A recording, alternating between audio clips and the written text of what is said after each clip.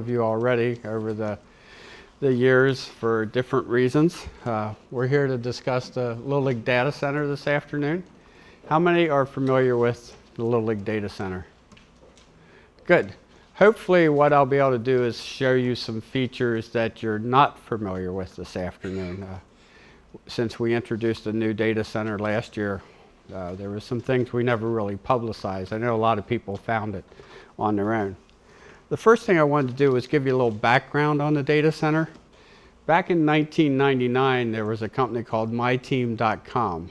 Not sure if anybody remembers them or not, but they had a vision of developing a Little League network, and one of their things that they did was, in combination with Little League, was to start the Little League Data Center. At that time, it was basically just for leagues and districts to be able to put their officers out there and upload rosters. That was all it was intended for. Over the years, we evolved that to be able to do online charters, to be able to do more than just upload the rosters. We gave the districts the ability to then look at what their leagues did, what chartering information they had, what tournament information they had. Of course, my team was bought by Active in the early 2000s. Active continued the data center up until 2010, and they would have continued it after that, but Little League decided it was time to, after 10 years, to do a redesign of the data center, get more modern, get up to times. So we went out and we did bids with several different companies, and we ended up with a company called Point Streak, which now hosts the data center and maintains it. A little different than Active. When Active worked with us, it was sort of like a sideline to them, and they helped us with it, but it wasn't their primary goal. With Point Streak, when we give them something to do, we've paid them to do it, and they do it as quickly as possible. So that's one of the reasons why we've changed. Of course, our goal with the data center has always been to give the districts and leagues information, so they can share that information so we can eliminate paper.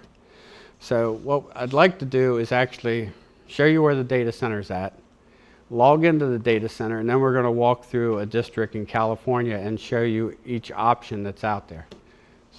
I forgot to mention Ron Smith is sitting over at the laptop. I'm sure many of your leagues have worked with Ron in uploading rosters. He usually gets about 1,000 to 1,500 emails a year that he helps leagues with, and I wouldn't want to count the number of phone calls that he helps them with. So do we want to go directly to the website and log in? Okay, if there's anybody that's not familiar with the data center, the login is located under the district officers, and it's about halfway down. It says data center.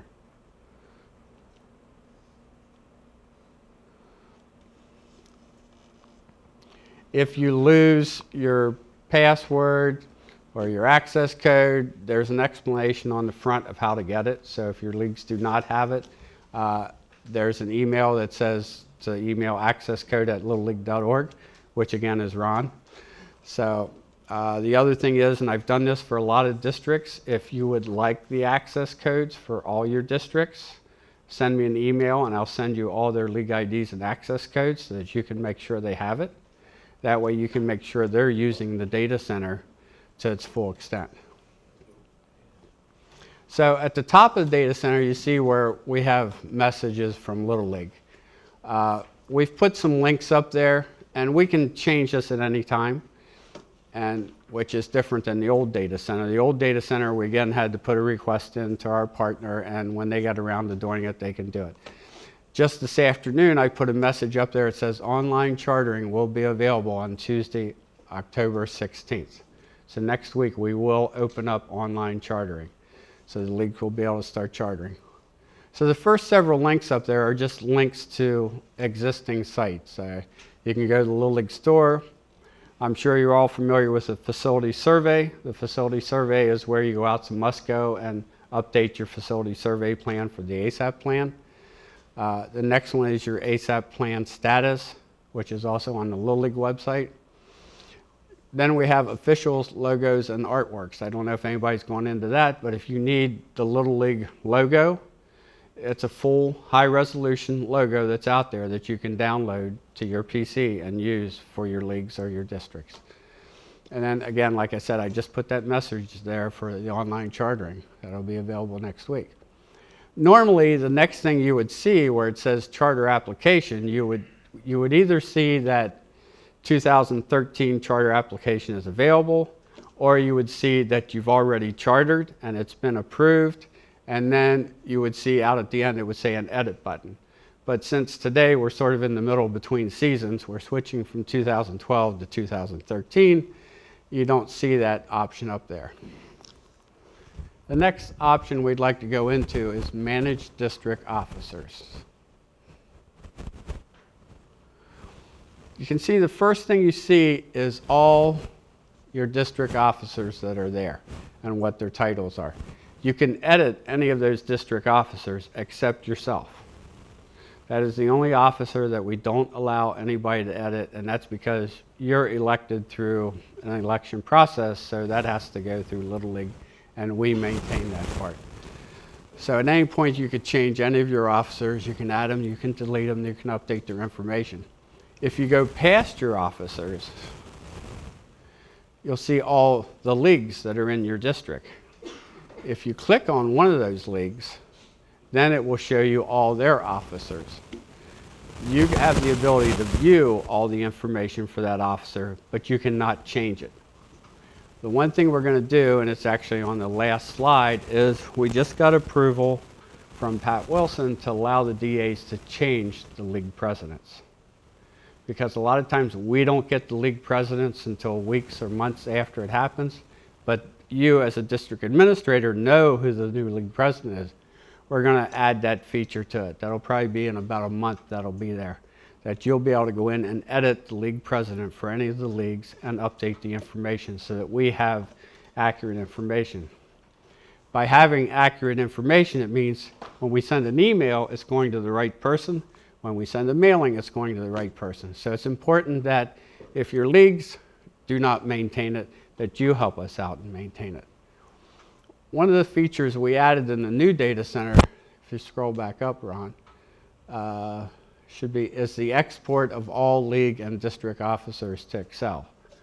I don't know if you ever run across this where you need to do a mailing or you need to do an email to all your league presidents or all your safety officers. But by clicking on the export, that'll take all the officers in your district and all your leagues and put them into a spreadsheet with all their information. You could then do a mail merge. You could select the column with all their email addresses and you could send emails to them if you wanted to. You can sort it by the type of officer it is. Ron, do you want to go ahead and just do an export?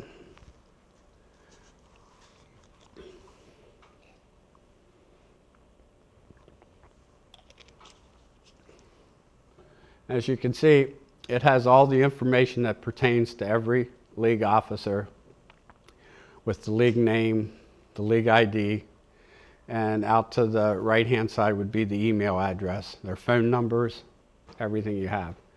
So just by doing this export, you sort of now have a Cardex of everything you need to know about your leagues. So again, you can see why it's important to have your leagues update their officers, keep them up to date, because that way you know the information. Okay, any questions on officers at all? Okay, we'll go back to the main menu.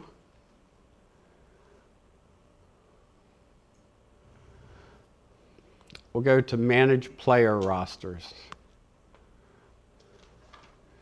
Now the first thing I want to show you is the fourth button is View League Roster Status.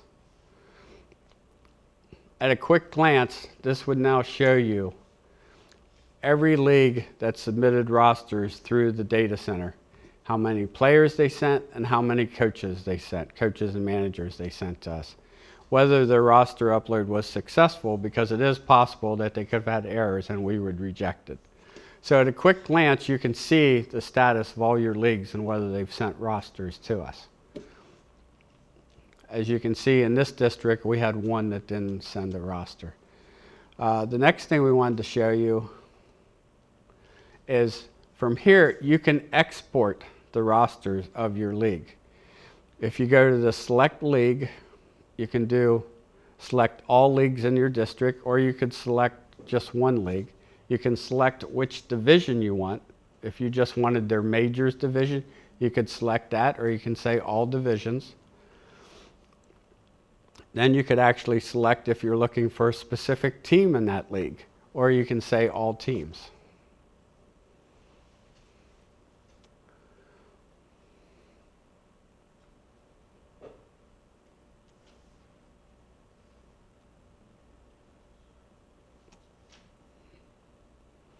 So it'll open it right up on the website that you can look at it. But again, there's an export button there that you can export the information to a spreadsheet. And let's say, and I don't know if any of your districts have run into this, but where a league wants to leave Little League, but you want to get in touch with the parents to still try to keep them there. By exporting all the players in that league, you would have their addresses and their phone numbers, and you could do a mass mailing to those parents to try to keep them in Little League instead of letting them go to another organization. I know Ron and I both get a lot of calls from district administrators, and they want to see the rosters that their leagues have submitted. Well, now you can go in, and as long as they're using the data center, you have access to those rosters. Any questions? How far back can you go? Right now, since we just started last year, this will be the first year, but now next year, this current season, you'll put 2013 in, and then you'll be able to go back to 2012 as well. So it'll keep building year by year. Unfortunately, with 1,500,000 players, it's tough to go back and reload things. Yes? What if you have leagues that just don't load in their rosters? Is that something that should be enforced and Yes. pushed? Yes. I think, and I'm not sure that they may touch on this tomorrow, that rosters or player registration data is going to become part of the safety plan. In order to be able to have your safety plan approved, I think in 2014, it's going to be one of the requirements of a safety plan that you do. We have about 70% of the leagues that do turn in rosters, but a lot of them still turn them in on paper. And if they turn them in on paper, it doesn't do you any good. You can't get it. So we're trying to add some new features this year to make it easier for leagues to do it, and I'll get into that at the end. So, but I'm sure you will always have leagues that want to use paper. Any other questions on Ross? Yes? I assume that this is information that you've shown us is only available to the DA.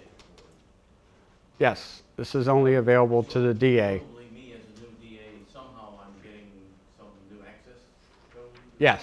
And I just left for being a president. I can still access as the old president. I can't do that. Right. So you need to send an email to Ron at accesscode@littleleague.org, and he'll send you your password, and then you'll be able to access. Yes, the only thing a league can do, which is different, they can only export their own rosters. Yeah.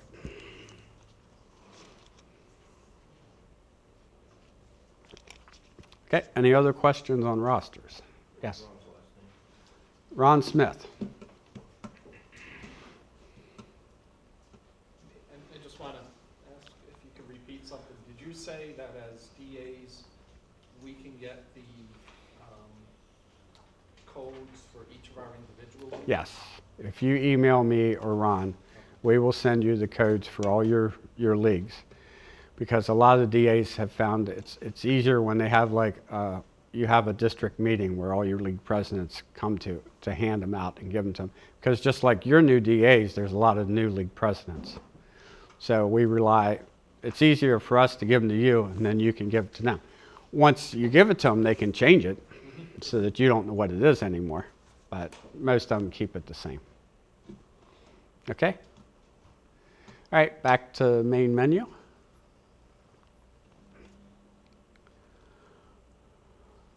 Background checks. What the background check does, it shows you every league in your district, and it shows you the last date that we got a report from LexisNexis. This is information that we get from LexisNexis. So on 2012, 1010, we received a report from them. It shows how many background checks we feel the league should have done, which I believe the number is 6 per team. And then it shows you how many they've actually done through LexisNexis. Now, that's not saying they haven't done background checks. They may have done it some other way, but they have not used what Little League prefers, and that's LexisNexis. Okay? Background checks, they're from January to December, right? Correct. You know, I think it's November 1st. I think November 1st they switch over. I think I just got an email the other day that said they were going to switch November 1st. We were wondering, because like some of our accounts, when we've looked at them in the past, the leagues had said, no, we've done more than that. Right.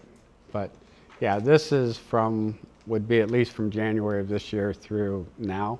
But I think I did see where they switch in November. But you can ask Jim Ferguson or Brent that tomorrow, and they can give you the exact answer on that. Okay? Yes, sir. So is your 125 checks start November 1st now? I believe that's what I saw. Again, I would double check with Jim tomorrow.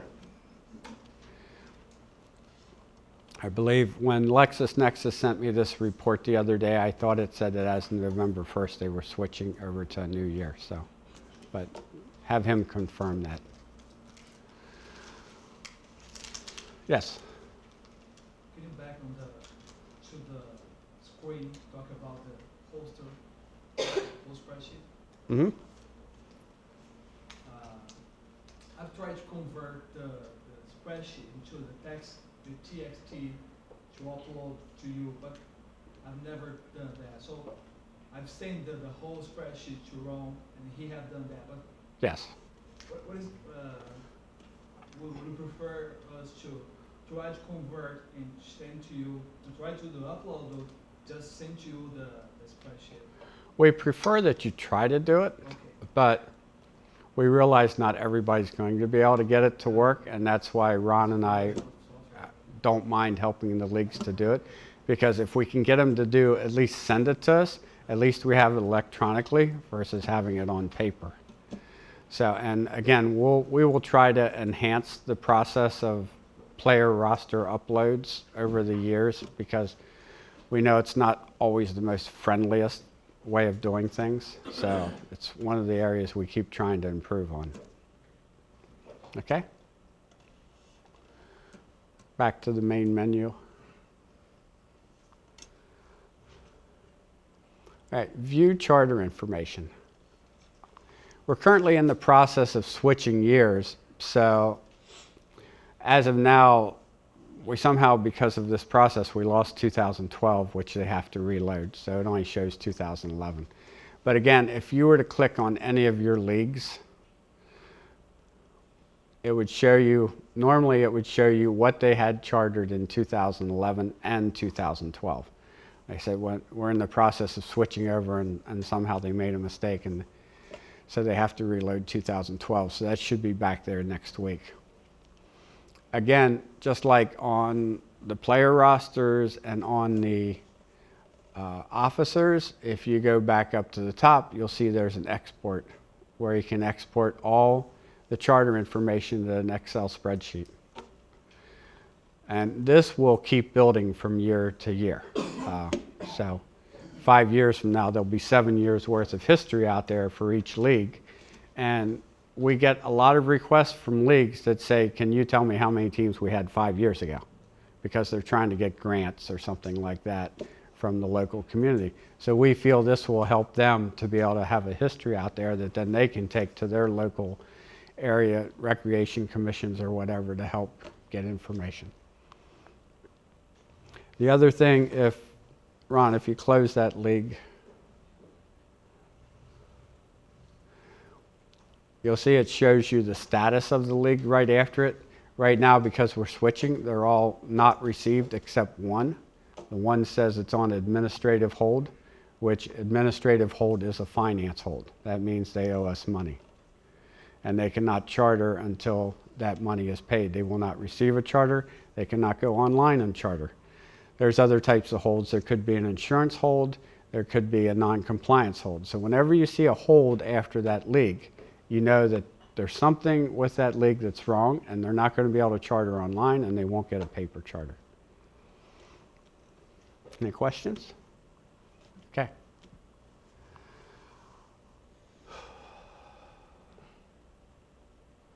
Charter committee waivers. These are all the waivers that come to Williamsport. They are in